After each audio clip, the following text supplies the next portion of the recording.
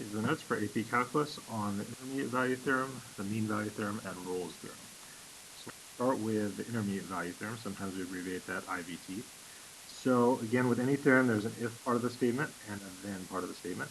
So if part of the statement, the function just has to be continuous on some closed interval. In this case, we're calling that a to b. So here's a and here's b. As long as there's no holes, vertical asymptotes, basically no discontinuities between A and B, then you can apply the intermediate value theorem. And then it says f takes on, the then part of the statement, every value between f of A and f of B. In other words, these are the y coordinates, f of A and f of B at the endpoints, which we can see right here. So in this particular function, we can see from here to here, the function is continuous. And it's saying because it's continuous, it has the function has to equal every single one of the y values between f of A and f of B at least one time. Otherwise, it wouldn't be continuous, right? There'd have to be some gap between them, so it has to cross every value. Can't skip any of these values, basically. That's one way of saying it. Or another way of saying the same thing, if a function is continuous on a closed interval a to b, k and k, if there's some specific y coordinate k that's between f of A and f of B, then there's at least one c, which is that x coordinate, that we can plug in somewhere between a and b. In this case, it's right here, such that f of c equals k. So that when you plug in c into the function, we get this y value. So in other words, if the y value is between the endpoint y values, there's going to be an x value, c, that you can plug in to get that y value. So two different ways of stating the intermediate value. All right, let's see how it works on specific problems here. So here we've got the table below shows several measurements of the velocity of a bicycle riding on a straight road, and it does tell you v of t is continuous.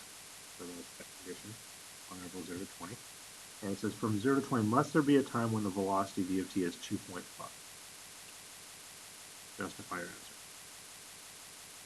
Okay, so we already know it's continuous, so we can potentially apply the intermediate value theorem.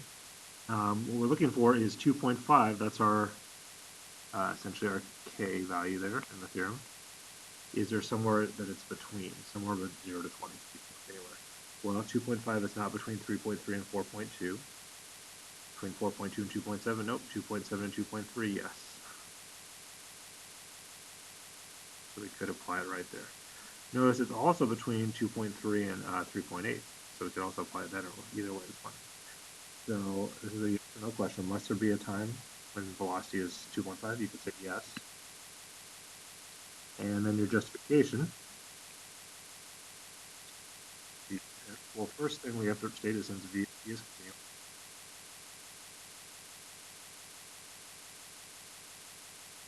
and the other thing we have to state is that f of 7, in this case that's 2.7, is greater than 2.5, which is greater than f of 9, because it's between those y coordinates. And we labeled f of 7 and f of 9 to show that is the interval we're looking at. If we just said 2.7, 2.3, then it's not clear where we're getting those values from, or here it is. All right, now let's take a look at another one. Same question, except this time we've got a value here. Must the velocity equal 5? So that's our k value here. But if we look, 5 is not between any of these values here. So it could be 5 somewhere in between, and we don't know exactly what's happening in between, but it doesn't have to be. 5 is not between any of these. So here's the answer no. Oh, I just realized I forgot to state one thing at the very end here. Sorry about that. I forgot to reference the theorem. So by the intermediate value theorem, which you can abbreviate, theorem applies, you do have to use it as your justification. However, here we're not going to be able to use it, so you could just say no, and your justification would just be since there are no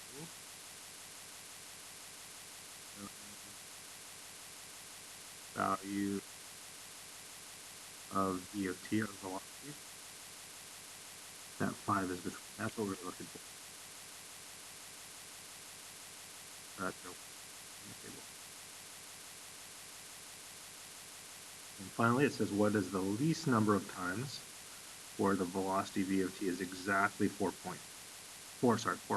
meters per second. Justify your answer. So v of t, we're looking for 4. The question is different though. Sorry, k value still. Looking for what's the least number of times. In other words, if this was asked in the first section, 2.5, there would have been 2 different times. It would have to equal 2.5. So let's look at 4. So notice 4 is between 3.3 and 4.2, so there's once. 4 is between 4.2 and 2.7. That's twice. Color here, and 4 is also between 3.8 and 4.6. There's actually 3 different intervals here where the velocity has to equal 4. So we can say v of t equals 4 at least 3 times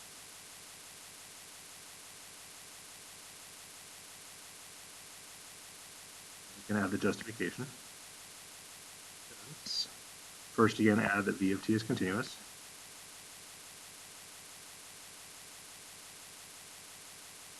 And then we talk about interval.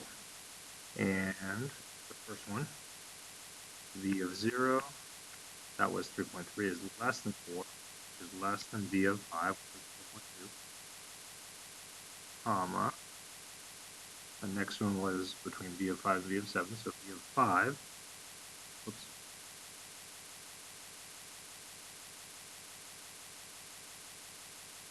that was our 4.2. That's actually greater than 4, which is greater than v of 7, which is 2.7. And, sorry, this is kind of a run-on sentence here. And the last one was from 14 to 20, so v of 14, which was 3.8, that's less than 4, which is less than v of 20. And then again, we can make sure we reference the theorem by IVT.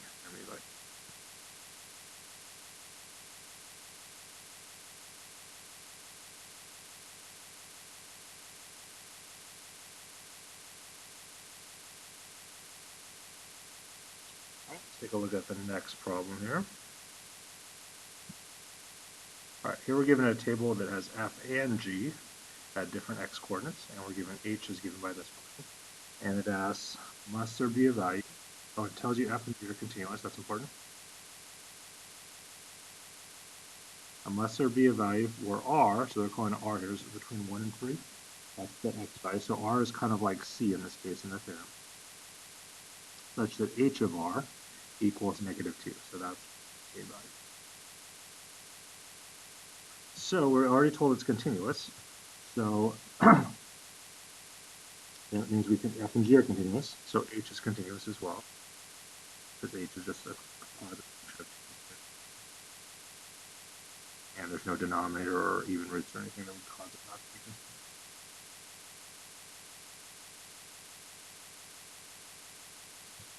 And then what we need to figure out, though, is this k value -2, is it between h of 1 and h of 3? We don't know that yet. So we can figure out h of 1 is g f of 1 minus 3. F of 1 we can see in the table is 2, so that's g of 2. G of 2 in the table is 9, so that's 9 minus 3. And now let's compare that with, because that was like our a value, and then let's compare that with h of 3, our other one. Now this one, if we don't have h in the table, we have to figure it out using the equation given for h. So h of 3 would be g of f of 3 minus 3. So f of 3 is 3, f of 3 is 4. This is g of 4 minus 3. G of 4 is negative 1. So 1 minus 3 is negative. So we know h is continuous, and the endpoints now we know are at 6 and negative 4. So that means that it has to, h has to equal all the values between 6 and negative 4 at least one time on this interval from 1 to 3. And if we look at our k value of 2, sorry, negative 2 is between them. So it would have to equal that.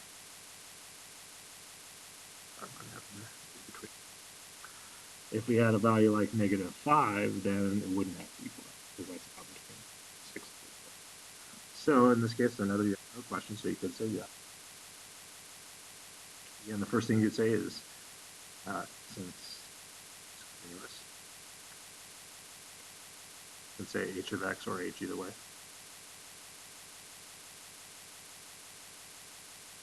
And h of 1, we found the 6, is greater than negative 2, which is greater than negative 4 was h of 3. And then reference the theorem.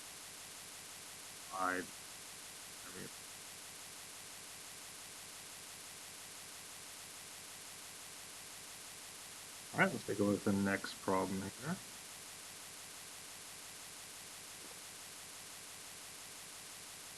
Okay, what we're going to look at now actually is the other two theorems in this lesson, the mean value theorem and Rolle's theorem.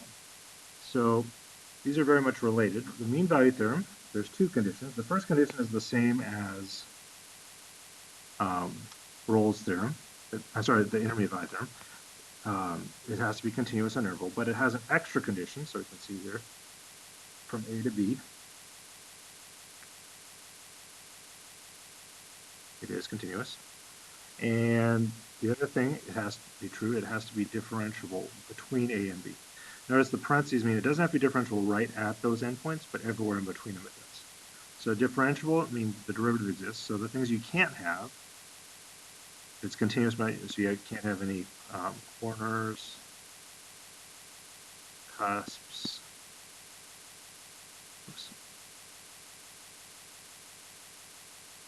or vertical. Those are things that would make it continuous but not different. You can't have them. Here's what it guarantees. It guarantees there's at least one c, which is a specific x value, in this interval such that the derivative, or slope, equals f of b minus f of a over b minus a. And look, this just comes from the slope formula, right?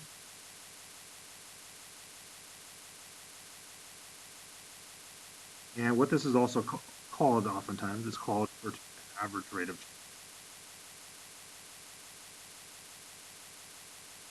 change. Average slope.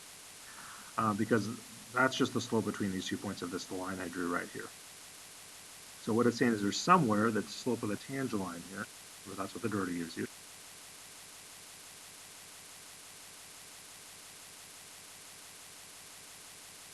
equals the slope. This is also called the secant line.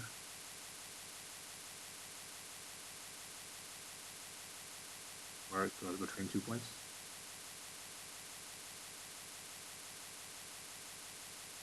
So we can look in this case and see where that might be. There could be more than one, but in this case it looks like there's just one. So if we go along here, we want to try and find where would the slope of the tangent line be the same as the slope of the secant line, in other words, be parallel to this line. And I'm going to guess it's somewhere about right there. Hard to tell just by looking at the graph. We need more information about the equation to get that. Oops. Gotta draw it in.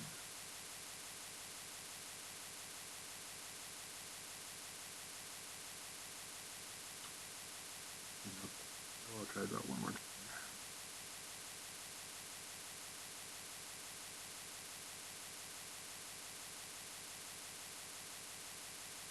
There we go. Not perfect there, but I tried to make it as parallel as that's what is guaranteed. So here's our tangent. The slope of that is given by f prime of c, the derivative, and the slope of the secant line is given just by our regular slope formula. So it's saying there's at least one place where that's true. That's guaranteed by the mean value. Rolle's theorem has the same first two conditions, It has to be continuous, A, B, and differentiable on the endpoints. So here's our A and B in this case. However, the secant line, there's one other condition. It's really a specific case of the mean value theorem, and that third condition is that f of A equals f of B. In other words, the y coordinates are equal, which you can see on this graph they are. And if that's the case, if you have a horizontal secant line,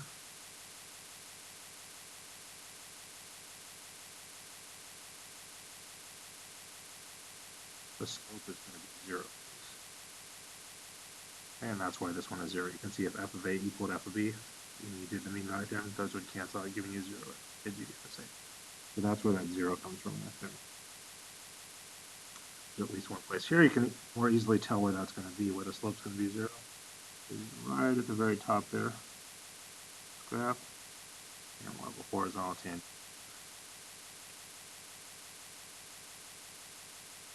So here it's saying the slope of the tangent line has to be 0.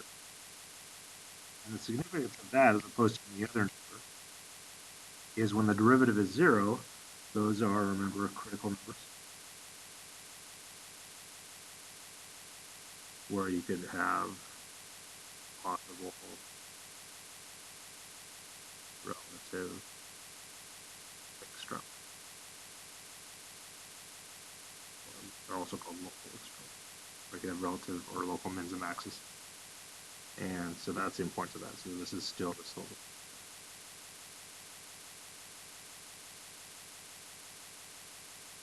So if Rolle's theorem applies, it's basically going to have at least one critical number. In this case, you can see right there at that C value. Just mark it off in the graph here. C would be right here about.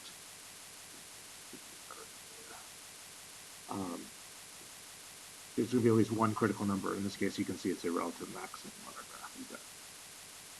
All right, so now we've gone over the theorems. Let's see how we apply them on some different problems here. And some of them will combine with intermediate value theorem as well, because they can look very similar in how they're worded oftentimes. So g of x is differentiable function, and what that also means g is otherwise it would be differentiable. Whenever it tells you it's differentiable, it's automatically telling you it's continuous as well. Must there exist a value c, and 10 to 20 is our interval, so we're looking at the whole table here from 10 to 20, such that g prime of c equals 0. So the way to tell whether you're going to try to use the Rolle's theorem or the mean value theorem is based on what they're telling you the derivative has to equal. If it's 0, then you know it's going to be a Rolle's theorem. If it's something other than 0, then it's going to be the mean value. So we already have the first two conditions, that it's continuous and differentiable for Rolle's theorem. The third condition we're looking for, is there a place where the y values are f of A equals f of B. In this case, g of A equals g of B. From 10 to 20. So we can look at the whole table here. So is there anywhere where the y values are equal? Yes, right there. So that's where we can apply it on this interval from 10 to 8. So we can say yes. And it says we're already told it's differentiable. So we can just say since g of n is g of n, and just reference a theorem by Rolle's.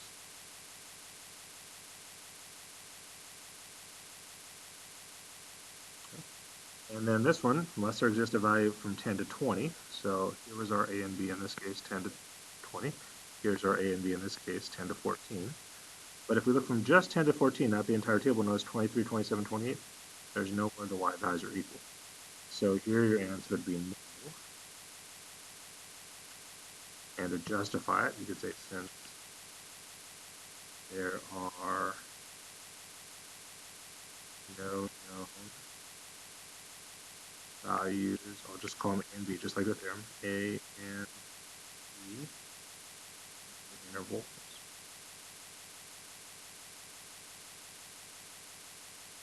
and the 14, such that g of A equals 0. We're looking for that we found in part A, but not in part B.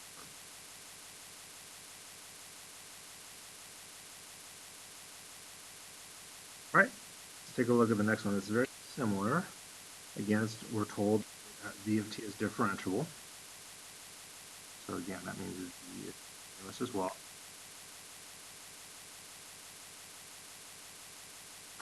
It says must resist a value in 10 and 20 to 44. So there's our a and b.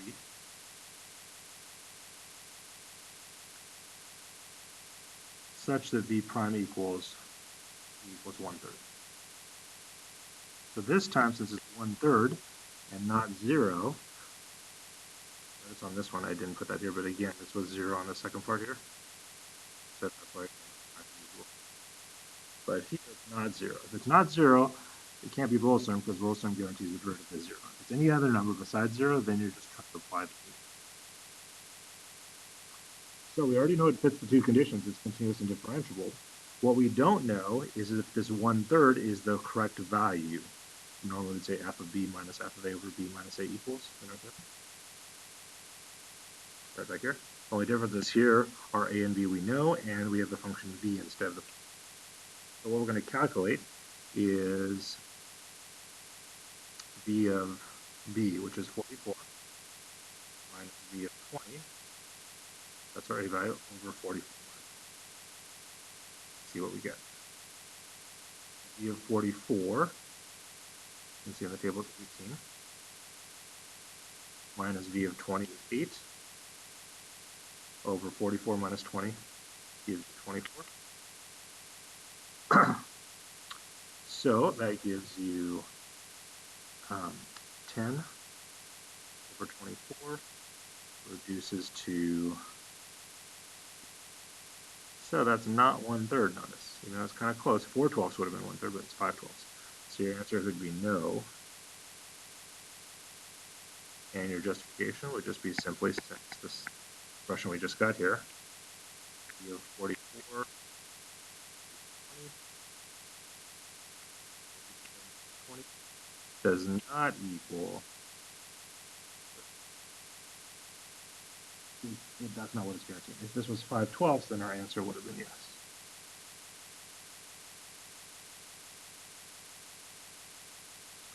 All right, let's try the next one here. This time, same thing, except it's saying from 44 to 80, so that's our A and B. And again, not 0, so that's our, we'll use the mean value theorem. Notice these are not the intermediate value theorem either, because these are the derivatives. So again, we have to calculate, well, you know it's continuous and differentiable, the first two conditions. The conditions for the mean value theorem, we just don't know if this negative 1/6 is the correct value. Again, let's calculate. V of, in this case, V is 80, minus V is 44, over 80 minus 44. Well, V of 80 is 12, minus V of 44, we already established is 18, over 80 minus 44 gives you 36, 12 minus 18, negative 6 over 36, reduce that, divide by 6, you get negative 6. So this time, it actually does equal the negative 1/6. So because of that, that's the value that the mean value theorem guarantees the derivative has to be equal to at least once. So say yes, and almost the same type of justification, since this time, since v of 80 minus v of 44 over 80 minus 44 equals negative 1/6, and then reference the theorem by mean value theorem.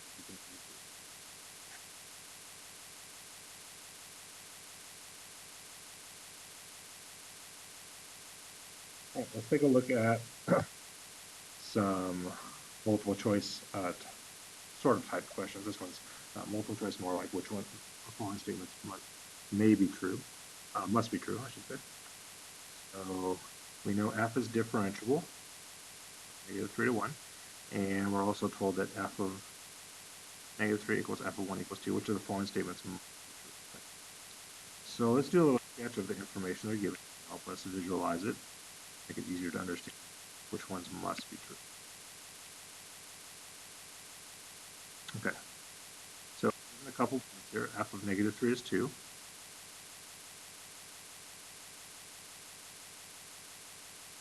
So we can put a point on a graph right there. And f of 1 is also 2.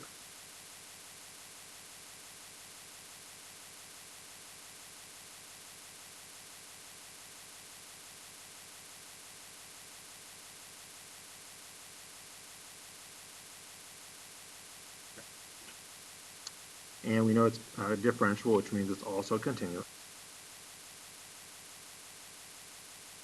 So we've got a continuous function there. And we have no corners, cusps, or vertical tangent lines. It's a nice smooth curve there. Okay. So it says there's at least one c where f of c is 0. So notice this is not the original function. We try to use the IVT, the original dot derivative, I should say. So 0, notice, is not between, in this case, f of negative 3 and f of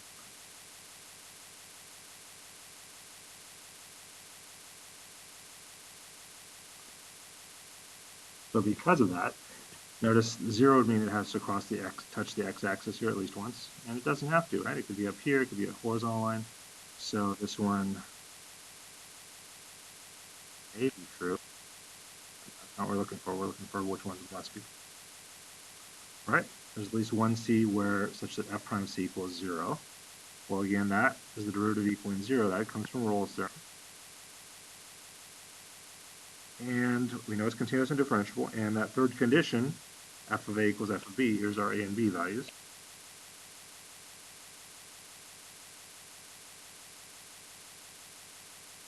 And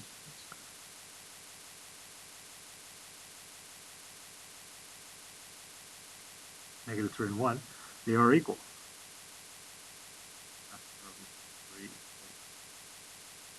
So we have all three conditions for Rolle's theorem. It's continuous, and the endpoints have equal values, y values. So this one must be.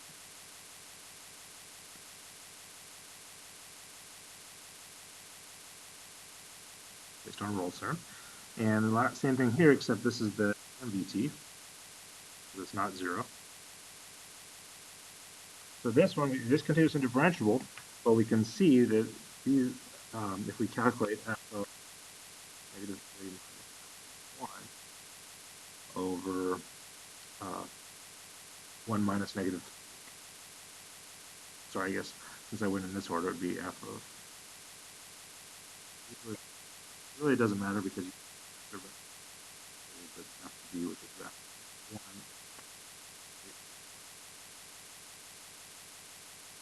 But we already know that equals 0 because f of 1 and f of negative 3 are both 2, so they make 2 minus 2 over 4.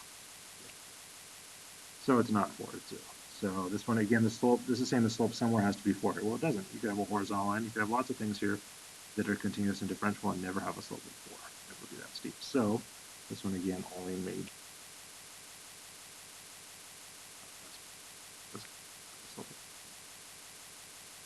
So here, the only one that must be true is Roman numeral 2.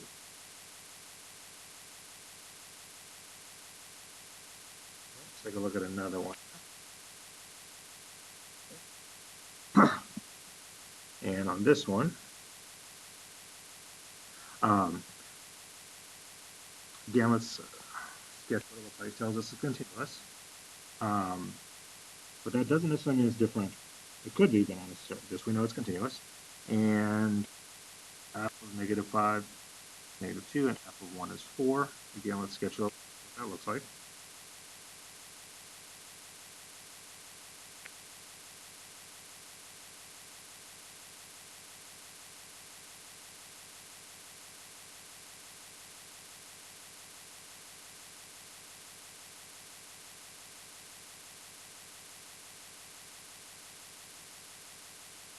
So now f of 1 is 4 right here, and f of negative 5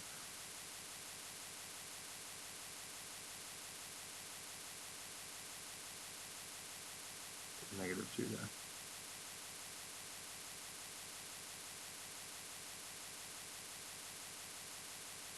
Okay. We know it's continuous, so no holes, no vertical asymptotes, but you could have corners, cusps, or vertical tangent lines, since we don't necessarily know it's differential. Which of the following statements, again, must be true? All right. So it says there at least one C where C is somewhere between -5 and 1. So again, there's our B.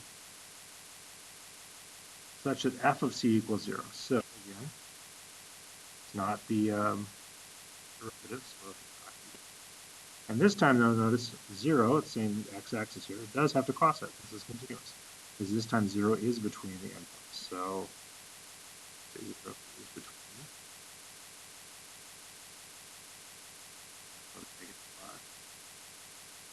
f of so that'd be true for 0 as well as any other values between -2 and 4.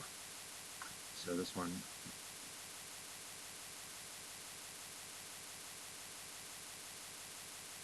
This one is the derivative has to equal 0. Same A and B values. So this time, since the derivative, the Rolle theorem.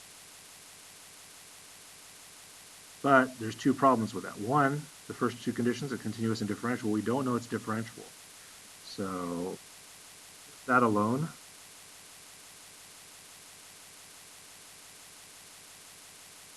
is enough to say this one doesn't have to be true. But there's actually another reason too. It doesn't hold true of the third condition of Rolle's theorem either. The third condition is that f of -5 and f of 1 are equal.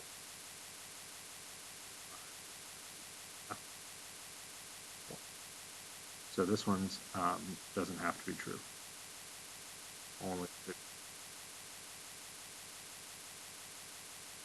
so there might be some place where the slope is 0, 0, but not necessarily. It could be, again, just be a linear one straight line too.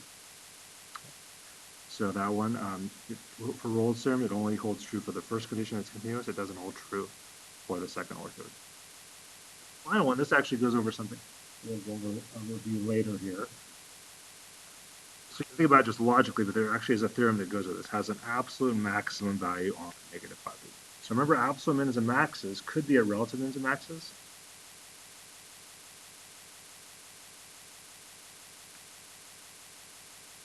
Those are called relative extrema.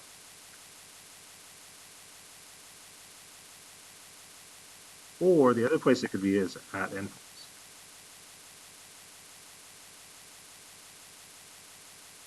So because of that, as long as a function is continuous,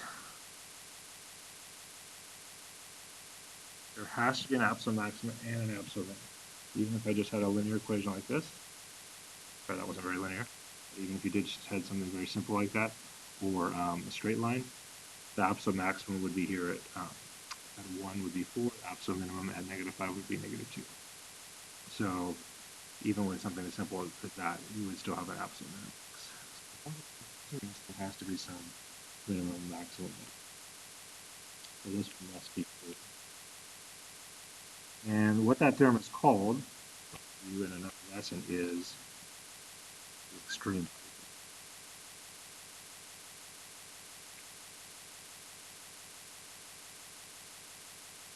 Again, all it guarantees is the function is continuous. There has to be a absolute min and an absolute max somewhere. Because even if you don't have relative min and maxes, it would be at one of the endpoints. So this one also. I'm sorry, I wrote that down. So it's 1 and 3 in this case.